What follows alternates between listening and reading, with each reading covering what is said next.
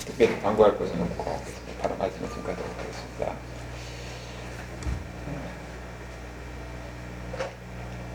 지금 찬양 사역자로 현직에 지금 활동하시고 이런 분에서 이름을 구체적으로 이제 얘기를 하려고 했는데 이분이 강남에 보면은 한때 강남에서 유명한 그 마담으로 활동하신 분이었어요. 술집의 마담이었죠. 근데 이제 이분이 원래는 보니까 이제 집이 어려워가지고 입양을 가가지고 거기서 이제 대학을 졸업해서 음악대학을 다니다가 유호정에 친구가 가작해서 유호정에 갔다가 이제 거기서 한 500년을 불렀더니 그 재벌들 회장들 앞에서 그래서 이제 재벌들이 많이 스폰서를 해가지고 이제 어떻게 이제 술집까지 진출해가지고 강남에서 유명한 그런 술집 마담이었던 명이에요. 이분이 나중에 이제 어려서는 이제 교회를 다니다가 이제는 교회를 안 다녔지요. 그러다가 하나님을 만난 겁니다. 이제 여러 가지 과정을 거쳐서. 그래서 이제 교회를 가려고 그 강남의 그 유명한 교회, 큰 교회, 거기 갔더니 강남의 그 교회 권사님들을 딱 알아보고는 당신은 우리 교회 오지 말라고, 교회 소문이 안 좋아진다고. 그래서 이제 그 교회를 몇 번 나가던데 못 나갔죠. 그래서 이제 이분이 여의도 순복교회를 간 것 같아요. 거기 가서 이제 그분이 이제 음악을 전공했던 분이니까 찬양을, 저도 그 찬양을 한번 들어봤는데 굉장히 감동적이더라고요. 그래서 이제 이 활동을 많이 해가지고 이분이 음반도 굉장히 많이 나갔고, 그 다음에 복음을 전하는데 크게 쓰임받는 사람이에요. 여러분, 제가 여기서 이야기하고자 하는 것은 뭐냐면은, 하나님이 비록 그분이 강남에서 술집에 마담을 하고 그렇게 있었지만은 이분이 하나님을 사랑하는 사람이 아니에요. 그래서 이제 그분이 하나님을 만나고 다시 회심해서 교회에 들어와서 신앙생활을 하려고 하는데, 당신 옛날에 술집이 마담 아니었냐? 우리 교회 소문이 안 좋은 소문 나니까 오지 말라고 그런 거예요. 여러분, 이 이야기를 들으면 여러분 무슨 생각이 들어요? 하나님은 이 사람을 사랑하셔서 교회 나와서 하나님을 섬기가지고 하나님께서 이 하나님의 자녀로서 쓰려고 그러는데, 그것을 알지 못한 이분이 그 교회 권사님이라고 그랬는데, 그분의 말은 판단하는 거요. 당신 옛날에 술집이 있는 여자 아니냐? 우리 교회 소문이 안 좋은 소문이 나니까 오지 마라, 이렇게 이야기하는 겁니다. 여러분, 이것이 얼마나 우리가 생각보다 얼마나 큰 죄입니까? 하나님이 사랑해서 하나님이 불렀는데 내가 판단해서 너 아니라는 거예요. 이것이 여기만 있는 게 아니라 우리 가운데 얼마든지 그럴 수가 있다는 겁니다. 나도 모르게 나도 실수를 할 수가 있는 거예요. 아니, 이 사람은 하나님의 사람인데, 하나님이 사랑하는 사람인데 우리가 겉모습만 보고 넌 아니다, 넌 나쁜 사람이다. 그래서 오늘 야고보는 뭐라고 그럽니까? 함부로 판단하고 비방하지 말라, 이런 얘기를 하고 있는 거예요. 지금 야고보는 하나님의 백성들의 지혜로운 삶, 복받는 삶이 무엇이냐, 그것을 이야기하면서 여러 가지를 이야기를 하잖아요. 세상 버티지 말라. 그러면서 오늘은 뭐라고 합니까? 비방하지 말라, 이렇게 이야기하고 있어요. 근데 초대교회 당시에 그런 경우가 많이 있었기 때문에 이렇게 이야기를 한 거죠. 근데 그 초대교회뿐만 아니라 지금도 마찬가지라는 겁니다. 우리가 얼마든지 우리 주변에서 볼 수가 있잖아요. 여러분, 비방한다는 것은요, 허위 사실을 가지고 없는 것을 있는 것처럼 해서 상대편을 비판하고 상처를 주고 꼭 그런 것만 아니에요. 사실이 할지라도 그것을 상대편에게, 아니면은 없는 가운데서 이야기해가지고 상대편에게 상처를 주는 것은, 그것은 비방하는 거예요. 옛날에 강남에서 이런 너 전직이 이런 것 아니냐 하면서 그걸 갖다 들춰서 이야기하는 것도 얼마나 그 마음에 상처를 주는 겁니까? 사람에게만 상처를 주는 것이 아니라 하나님의 마음을 아프게 하는 거예요. 오히려 자기가 하나님이 돼가지고 함부로 판단하고 정죄하고 비방하는 것이 됩니다. 하나님 앞에 큰 죄를 진다는 겁니다. 우리도 얼마든지 그럴 수 있다는 거예요. 하나님이 이 사람을 사랑해서 하나님이 불렀는데 우리가 아니라고 그렇게 하면은 우리가 하나님이 위해서 하는 것이 아니냐. 지금 야고보는 그 이야기를 하고 있는 겁니다. 우리가 인생 속에서 보면은 여러 가지 다양한 그런 순간의 과정을 거쳐서 하나님을 만나고 하나님을 섬기고 그리고 하나님을 온전히 하나님 일꾼으로 쓰임받는 이런 사람들이 많아요. 그래서 우리가 이것이 얼마나 심각한 죄인가 하는 것을 우리가 다시 한번 우리가 예수 믿는 사람들은 마음속 깊이 새기고 항상 이것을 의식하고 살아야 된다는 거예요. 우리가 무엇인가 삶의 이런 이 변화는 내가 문제점이 무엇이고 또 하나님의 말씀이 무엇인가를 항상 마음속에 품고 그것을 의식하고 살 때에 우리가 변화가 있는 겁니다. 그렇지 않으면 내가 예수 믿고도 이전에 가고 똑같이 그런 습관, 이런 말의 언어의 습관, 이런 행동도 그대로 똑같이 나가지고 다른 사람에게 상처를 주는 것도 많을 뿐만 아니라 오히려 하나님의 일에 방해되는 이런 일을 하는 그런 경우가 많은 거예요. 함부로 내 기준으로 해서 말을 하고 상처를 줌으로 해서 문제를 일으키는 경우가 많다는 겁니다. 그래서 비방하는 경우를 우리가 가만히 생각해 보면 뭡니까? 대부분 안 좋은 마음을 가지고 해요. 무엇인가 제게 갚아주려는 그런 마음. 그래서 갚아주려고 하는 마음 심리 속에서 상대방에게 상처를 주는 그런 경우가 많이 있지요. 아니면은 비방하는 경우를 보면은 상대편을 깎아내려서 자기를 높이려고 하는 그런 경우가 많은 겁니다. 바리새인은 내가 하나님 앞에 11조도 하고 내가 하나님 앞에 이 기도도 하루에 3번 금식하고 이렇게 자기를 드러내잖아요. 그 세례와 같지 않으면 감사합니다. 이렇게 얘기를 하는 거예요. 그런 가식적인 이런 기도. 근데 그 실제적으로 그런 경우도 있어요. 그리고 또 보면은 우리가 말이 많으면요, 이야기거리 쓰면 상대편은 흠잡은 이야기를 많이 하거든요. 그것도 비방하는 거예요. 그래서 이런 비방하는 것이 결국은 얼마나 무서운 것인가 하는 것을 이야기하는데, 오늘 우리가 본문에서 보면은 비방하지 말라, 이런 비방을 하지 말라 하는 이유를 2가지를 가지고 들어서 이야기를 합니다. 제일 첫 번째 11절을 보니까 뭐라고 그랬어요? 후반절을 보면은 형제를 비방하는 자나 형제를 판단하는 자는 뭐라고 했어요? 궁극적으로 뒤에 보면은 율법을 내가 지키는 사람이 아니고 오히려 재판관이 돼가지고 율법을 판단하는 사람이 된다는 거예요. 재판관이 된다는 거예요. 재판관이 된다는 말은 뭐예요? 자기가 하나님이 위에 있다는 겁니다. 이것이 그렇게 무서운 것이다 하는 거예요. 그러면은 우리가 항상 이 말씀을 항상 볼 때에 우리가 주의해야 될 것이 있어요. 성경 말씀은 한쪽 구절만 가지고 그렇게 해석을 하면은 우리가 오해할 수가 있습니다. 그러면 다른 쪽에서는 뭐라고 써요? 다른 쪽에서는 판단하라고 하는 그런 구절이 있는 거예요. 그래서 어떤 경우에 하나님은 비방하거나 판단하지 말라 하고 어떤 경우에 하나님은 비방하거나 판단하라고 하느냐, 그것을 우리가 일단 기본적으로 잘 인식을 해야 됩니다. 마태복음 7장 1절을 보면 뭐라고 그랬습니까? 비판하지 말라 그랬잖아요. 비판을 받지 않으거든 비판하지 말라. 여러분 여기 마태복음 7장을 한번 다 찾아봐요. 여기는 좀 마태복음 7장 해가지고 7장 그 배경이 어떤 배경 속에서 이 말씀하셨는가? 비판을 받지 아니하거든 비판하지 말라 그랬잖아요. 이것은 어떤 경우에 이야기하는 것이냐? 그 3절에 보면 뭐랍니까? 형제의 눈 속에 있는 티는 보고 내 눈 속에 있는 들보를 깨닫지 못한다고 그랬어요. 자기에게는 더 큰 허물이 있는데 상대편에 조그마한 허물이 있는 것을 그걸 가지고 이야기를 하고 그걸 가지고 비판하고 한다는 거예요. 그러니까 네 자신을 한 번도 먼저 돌이켜보라. 그런 의미에서 비판하지 말라는 겁니다.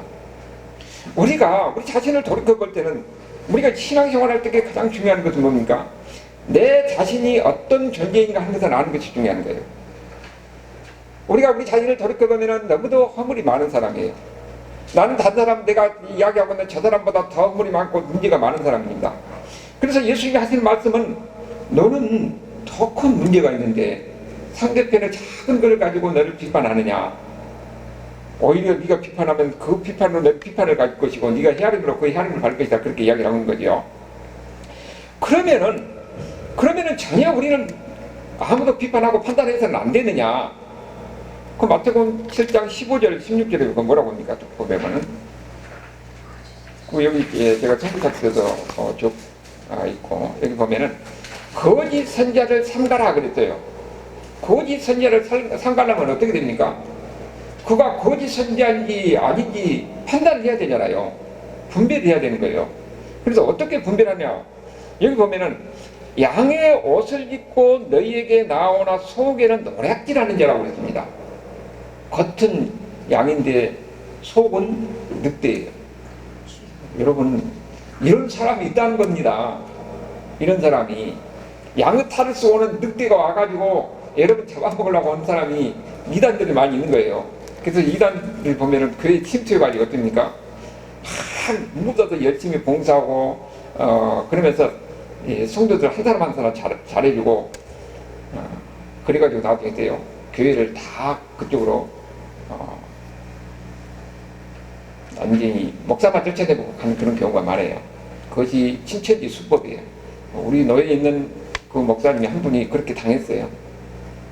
와가지고 헌금도 많이 하고 엄청 봉사도 많이 하고 그래가지고 성도들 마음 한숨 딱 잡고 한숨 딱 잡아서 나중에 목사님을 쫓아내는 겁니다.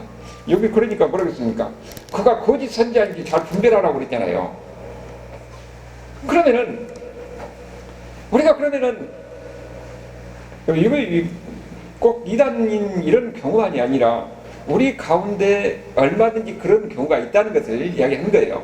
그러니까 전혀 판단하거나 비판하지 마라 그런 이야기 아니고 경우에 따라서는 판단하고 비판할 수가 있다는 거예요. 그러면은 한쪽에서는 비판하지 말라, 한쪽에서는 판단하라. 그럴 때 그 차이는 뭐냐? 어떻게 우리가 판단하고 아니면 또 비판하지 않을 거냐? 그 전제가 사랑의 마음이 그가 있어야 된다는 거예요. 그러니까 그렇잖아요. 이야기를 해도 사랑의 마음으로 이야기를 하면은 오히려 상대편에게는 좋은 것이잖아요. 그런데 나쁜 의도를 가지고 저 사람에게 상처를 주려고 하는 의도로 이야기하면은 오히려 그것이 그 사람에게 더 큰 상처가 돼서 그 사람을 실족하게 만든 것이죠. 그러니까 우리는 항상 사랑의 마음, 하나님을 사랑하는 마음, 이웃을 사랑하는 마음, 그런 사랑의 마음을 가지고 이야기하면 상대편도 그걸 다 알아듣는 거예요.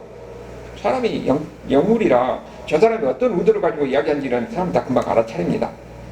그래서 우리는 사랑의 마음을 가지고 이야기할 때에 그때 그것이 오히려 그게 유익이 될 수가 있는 거죠. 그래서 야고보서 2장 8절에 보면 사랑은 율법을 다 완성하는 것이다. 그렇게 이야기하고 있잖아요. 야고보서 2장 8절에 보니까 내 이웃 사랑하는 내 몸같이 하라. 그것이 바로 율법을 지키는 것이다. 사랑의 마음을 가지고 판단하고 사랑의 마음을 가지고 그것이 옳고 그런 데서 이야기한다면 그것은 얼마든지 가능한 거예요. 그런데 나쁜 의도를 가지고 아니면 비판하는 이런 상대편의 약점이라든지 아니면 상처 주는 이런 마음을 가지고 함부로 이야기하면은 그것이 어떻게 된다고요? 실족하는 것뿐만 아니라 그 사람에게 상처를 주는 것인데 그 사람이 하나님의 위에 있는 것이 된다는 것을 지금 야고보 선지자가 이야기하고 있는 겁니다. 하나님은 이 사람이 허물이 많고 이 사람이 부족한 것을 알아요. 그렇지만 하나님은 그를 용서하시고 그가 회개하는 그런 모습을 보시고 하나님 받아들인 겁니다. 그가 왔는데 우리가 함부로 이 지난날의 그 과거를 가지고 지적하면서 너는 문제 있는 사람이다 이렇게 하는 것은 내가 하나님이 되는 것이고 하나님 위에 있는 것이 되는 거예요. 그렇기 때문에 함부로 우리가 정지하고 판단하고 비판하는 것이 얼마나 무서운지 말라는 것을 이야기하고 있는 겁니다. 그 다음에 또 한 가지는 두 번째는 뭡니까? 12절에 보니까 입법자와 재판관은 오직 한 분이시니 능히 구원하시기도 하시며 멸하기도 하시느니라. 판단은 하나님의 고유의 권한이라는 겁니다. 하나님만이 구원할 수도 있고 멸망하게 할 수도 있다는 겁니다. 하나님이 어떤 분인가? 여러분, 우리 신앙생활에서 하나님이 어떤 분인가 하는 것을 아는 것이 아주 중요합니다. 여러분, 제가 신명기 32장 39절에 그 봐요. 다 같이 한번 읽어봅시다. 이제는 곧 내가 그인 줄 알라. 나 외에는 신이 없도다. 나는 죽이기도 하며 살리기도 하며 상하게도 하며 낫게도 하나니 내 손에서 네 약사가 없도다. 하나님은 어떤 분이라고요? 죽이기도 하고 살리기도 하시는 분입니다. 여러분, 우리의 생사는 다 어디에 달려 있습니까? 하나님께 있습니다. 사람이 아무리 그 사람을 해하고 또 박해를 하고 한다 할지라도 하나님이 허용하지 않으면 그 사람은 끝까지 생존할 수가 있어요. 그리고 하나님이 데려가기로 작정하면 그렇게 건강한 사람, 그렇게 이 모든 것을 다 가지고 있는 사람도 한순간에 갈 수가 있는 겁니다. 그리고 하나님은 상하게도 하고 낫게도 하신다고 그랬어요. 우리 심사님이 옛날에 차가지고 완전히 차가 다 찌그러져 버렸어요. 근데 사람만 살아난 거예요. 크게 다친 것도 없이. 하나님이 안 구해줬으면 여러분 이거 뭐랍니까? 우리 생과 사는 하나님께 있는 겁니다. 하나님이 상하기도 하는데 낫기도 하는 거예요. 그게 특별히 뭐 장애 없이 머리만 찢어져가고 그랬었는데 멀쩡하는 겁니다. 여러분도 하나님이 지켜준다는 것을 믿으시길 바랍니다. 우리 인생 속에서는 수많은 우여곡절이 있을 수밖에 없어요. 그런데 우리는 그냥 우연적으로 이 세상 사람들에게 사는 것이 아니라 하나님은 우리의 모든 것을 다 아신 분이고 내 인생의 주인도 하나님이시라는 겁니다. 그리고 내가 사고 났을 때 나를 구해준 분도 하나님이에요. 그리고 내가 어려움을 당할 때 나를 일으켜준 분도 하나님입니다. 그런데 우리가 어려움을 당하게 하는 그런 경우도 하나님이 허용하는 것이라는 겁니다. 우리 인생 속에서는 저 사람이 신앙생활 잘하는데 왜 저런 어려움이 많이 있을까? 우리가 함부로 판단할 것 아니에요. 거기에는 하나님의 보이지 않는 하나님의 뜻이 들어있는 겁니다. 그러니까 우리는 하나님이 어떤 분이냐, 모든 것을 주관하신 분이라는 겁니다. 우리가 대표적으로 보면은 욥을 볼 수가 있잖아요. 아니, 욥이 그렇게 많은 것을 가지고 있고 자식들도 다 정말로 경건하게 키우고, 그리고 본인도 혹시나 죄를 그러니까 하나님 앞에 항상 예배를 드리고 그런 사람이 있어요. 그런데 하루아침에 재산이 다 없어져버리고 자식들 다 죽고 자기는 완전히 온몸에 피병으로 고통을 하고 있는 상황이에요. 그래서 여기 뭐라고 그럽니까? 모든 것이 나는 물론 하나님 것인 줄을 다 압니다. 하나님께서 걷어가실 권리도 있는 거예요. 여러분 그걸 인정을 해요. 다만 왜 하나님께서 나에게 이런 재난을 주고 이걸 다 걷어가는지 그 이유나 좀 알고 싶다. 그러니까 하나님이 뭐라고 하는 겁니까? 거기 여기 40장 7절에서 10절에 있잖아요. 자, 너는 제장부처럼 허리를 묶고 내가 내게 묻겠으니 내게 대답할지라. 8절에 내가 내 공의를 부인하느냐. 여러분, 욥이 그렇게 어려움을 당하고 고통을 당하고 있는 것을 하나님 뭐라고 그래요? 하나님은 공의로 다스린다는 겁니다. 아니, 내가 이렇게 어려움을 당하고 내 자식들 다 있고 재산 다 있고 그리고 내가 이런 고통을 당하고 있는데 하나님이 공의로 다스린다는 거예요. 네가 내 공의를 부인하느냐. 여러분, 이것이 욥에만 있는 게 아니잖아요. 많은 사람들이 이런 어려움을 당하는 가운데서 그걸 하나님을 만나는 그런 걸 우리가 많이 볼 수 있고 우리도 얼마든지 그럴 수가 있다는 겁니다. 다만 우리는 여기서 뭘 봅니까? 하나님이 그것도 좋은 일인 것뿐만 아니라 나쁜 일, 우리에게는 슬픈 일도 하나님의 공의 가운데서 하나님이 허용하는 것이라는 거예요. 그러면서 뭐라고 하냐면 내 의를 세우려고 나를 악하다 하겠느냐. 아니, 나 하나님 앞에 아무것도 잘못한 것도 없는데 내가 왜 이런 일을 당해야 합니까? 그러면은 너는 옳고 그러면은 하나님이 하는 것은 그건 잘못된 소리냐? 하나님 그 이야기를 하잖아요. 그러면서 뭐라고 합니까? 9절에 내가 하나님처럼 능력이 있느냐? 너 하나님의 능력이 무엇인지 네가 잘 알지 않느냐? 이렇게 어려움을 당한 거 우리가 알지 못하지만은 하나님의 뜻 가운데서 하나님의 공의로 행하신다는 겁니다. 그래서 뭐라고 하냐면은 너는 위엄과 존귀로 단장하여 영광과 영화를 입을지라. 네가 한번 하나님처럼 되보라 하는 거예요. 여러분 여기 보면은 여기 볼 때는 어려움을 당하고 고통을 당하고 이런 가운데서 왜 내가 이렇게 어려움을 당하느냐? 우리는 욥은 하나님 앞에 따져보려고 하는 거잖아요. 그것이 욥의 잘못이에요. 하나님의 권위에 도전한 것입니까? 그런데 그럼 욥께서 우리에게 주는 지혜는 뭐냐면은 현실을 그대로 받아들이는 겁니다. 현실을 그대로 받아들이는 거예요. 하나님으로 인정하는 겁니다. 왜 내가 이런 어려움을 당하고 아니면 내가 이렇게 잘 되고 그렇게 하는 것인지 우리는 왜 저 사람은 잘 되느냐? 그것은 우리가 모르는 겁니다. 하나님이 보이지 않는 가운데서 하나님의 뜻 가운데 생각하는 것이에요. 그것이 하나님을 인정하는 겁니다. 우리가 살 때에는 이 어떤 그 어려운 것들 가지고 왜 내가 이렇게 됐을까 하고 왜 저 사람은 이렇게 잘 되는데 나는 사업에도 안 되는가? 우리가 그거 비교할 것 없어요. 하나님은 저 사람도 소중하게 여기지만은 나도 하나님은 소중하게 여기는 겁니다. 내가 하는 일마다 안 되고 내가 하는 것도 다 항상 실패인데 그러나 하나님은 하나님의 뜻 가운데서 나를 소중하게 여기고 나를 귀하게 여긴다는 겁니다. 그러면은 그런 가운데서 현실을 받아들이고 사는 것이 지혜로운 삶이라는 것을 우리에게 가르쳐주는 겁니다. 그것이 하나님을 인정하는 거예요. 그래서 마태복음 10장 28절에 보면 하나님 어떤 분인가 하는 것을 이야기하는 거죠. 몸은 죽여도 영혼은 능히 죽이지 못하는 자들을 두려워하지 말고. 우리가 세상에서 보면 어떻습니까? 많이 위협을 당하고 어려움을 당하잖아요. 그런데 심지어는 우리를 죽일 수도 있는 겁니다. 그런데 그런 사람을 두려워하지 말라는 거예요. 그럼 누구를 두려워야 되느냐? 몸과 영혼을 죽이는 하나님을 두려워합니다. 하나님은 이것이 하나님을 인정하는 거예요. 왜? 하나님이 심판주기 때문에. 그런데 하나님은 바로 이런 분인데, 그러니까 어려움을 당하고 힘든 상황에 그 사람이 있다 할지라도 하나님의 뜻 가운데서 하나님 그렇게 하신 거예요. 허용하신 거예요.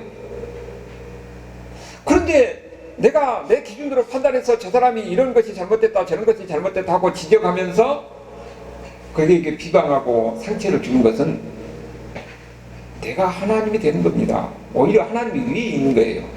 이것이 얼마나 큰 죄인지 네가 아느냐? 우리는 항상 그것을 의식해야 되는 거예요. 우리가 내가 말 한마디로 해서 상대방의 상처를 받을 수도 있고 오히려 하나님의 이 섭리 가운데서 일이 진행되고 있는데 내가 함부로 내가 판단하는 가운데서 지적하고 그에게 상처를 주면은 그것이 오히려 하나님의 일을 거스르는 일이 될 수도 있는 것입니다. 그러니까 예수 믿는 사람들의 지혜로운 삶이 뭐냐? 오히려 그들을 보면 어떤 마음을 가져야 되겠습니까? 불쌍히 여기는 마음을 가지고 그들을 위해서 기도하는 것이 예수 믿는 사람의 삶의 자체라는 것을 우리에게 이야기하는 거죠. 그러면서 이야기하는 겁니다. 12절을 봅니까? 너는 누구에게 예수를 판단하느냐 그러잖아요. 너는 누구에게? 여러분 내가 누구입니까? 우리가 사람을 볼 때는요 대부분 다 뭘로 봅니까? 겉으로 보고 판단하잖아요. 그 사람은 속은 모르는 거예요. 그러니까 어디 그럴 수가 있냐? 내가 믿었던 사람이 전혀 이 배신감을 이렇게 모르는 경우가 많이 있는 거예요. 우리는 그 사람의 마음을 모르는 겁니다. 근데 하나님은 어떤 분이에요? 그 사람의 마음 깊이까지도 다 아신 분이라는 겁니다. 하나님은. 그래서 고린도전서 4장 5절에 그 말씀을 하신 거예요. 그러므로 때가 이르르니 곧 주께서 오시기까지 아무것도 판단하지 말라. 그가 어둠에 감춘 것을 드러내고 마음의 뜻을 나타내시리니 그때 각 사람에게 하나님으로부터 칭찬이 되리라. 우리가 보는 것은 그야말로 어둠 속에서 던문 것과 같이 사람을 잘 볼 수가 없는 겁니다.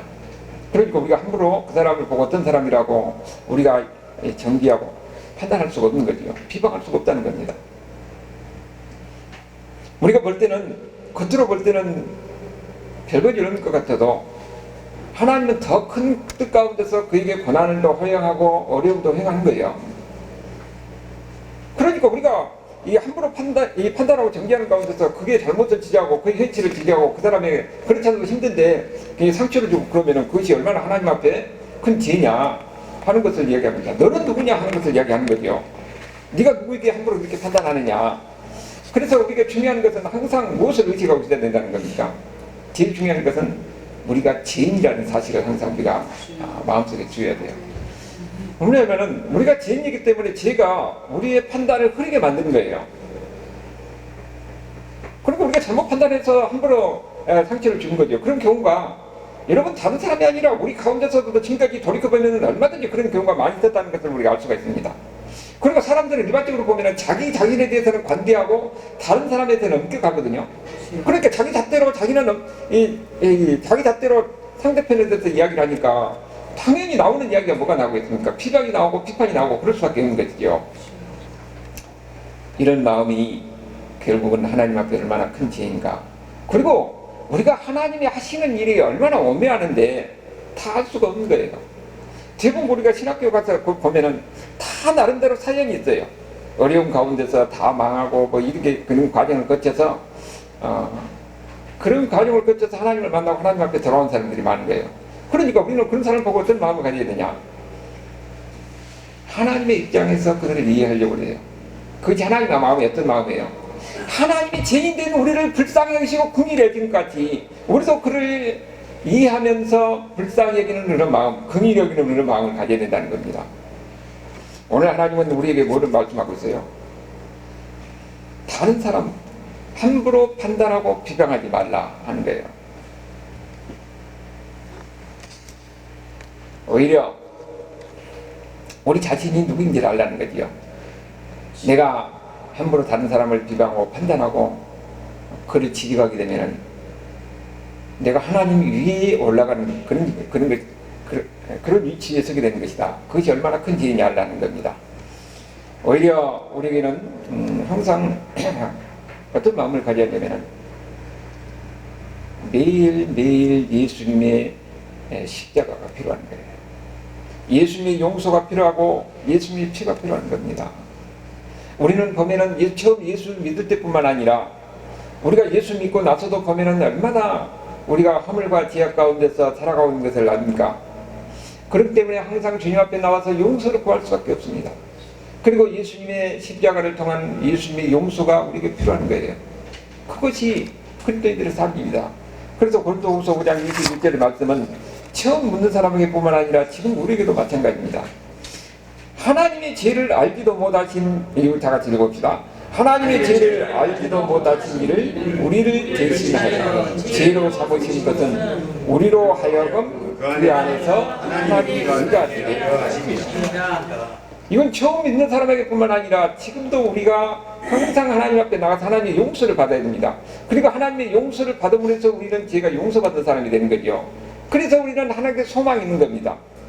우리는 항상 이런 예수 믿은 사람임에도 불구하고 연약한 가운데서 항상 죄를 지을 수밖에 없는 이런 존재예요. 그런데 내가 이렇게 그릇된 생각을 가지고 어찌 하나님의 그 오묘한 섭리 가운데서 일하신 것을 함부로 판단하고 정죄해서 상대편에게 허물을 들춰내고 상대편의 마음에 상처를 주고 그러냐. 오히려 그것이 그 사람에게 뿐만 아니라 그 관계가 서로 이렇게 자꾸 비판하고 그러면 관계가 문제가 되는 거예요. 그리고 공동체를 깨뜨리는 겁니다. 하나님의 공동체를 깨뜨리는 것이 이것이 초대교회 당시뿐만 아니라 지금도 마찬가지고 모든 관계 속에서나 마찬가지인 거예요. 그것이 하나님 앞에 얼마나 큰 죄인가 이것을 항상 의식하고 있어야 된다는 것을 이야기하는 겁니다. 그래서 우리가 살아갈 때는 어떻게 살아야 되겠어요? 우리는 항상 부족하고 연약하고 항상 하나님의 잘못하면은 하나님의 일을 그르칠 수가 있는 이런 죄인이에요. 그래서 우리는 항상 무엇을 바라보고 있냐면 예수님을 바라보고 살아야 되는 사람이 돼야 돼요. 예수 믿는 사람들은 항상 내가 예수를 믿어서 용서받는 사람에도 불구하고 이 세상에서 항상 내 말에 쓸 수도 있고 나의 하나 완악함 때문에 상대편에 상처를 줄 수도 있고 오히려 멀리 다른 것이 아니라 내 사랑하는 가족에도 마찬가지예요. 내 죄된 이런 본능 속에서 이 교만하고 그러면은 상처를 주고 문제를 일으키는 거지요. 그렇기 때문에 우리는 항상 내가 누구냐, 내가 항상 연약한 자이고 내가 예수를 믿었음에도 불구하고 항상 죄를 짓는 이런 하나님 죄인된 이 습성을 우리가 가지고 있다. 그렇기 때문에 항상 예수님 앞에 나와서 회개하고 예수님의 용서를 구해야 되고 예수님의 용서를 매일매일 받아야만이 하는 사람, 이런 존재라 하는 것을 우리에게 가르쳐 주는 겁니다. 그렇기 때문에 우리는 항상 뭡니까? 예수님을 바라보고 살아야 돼요.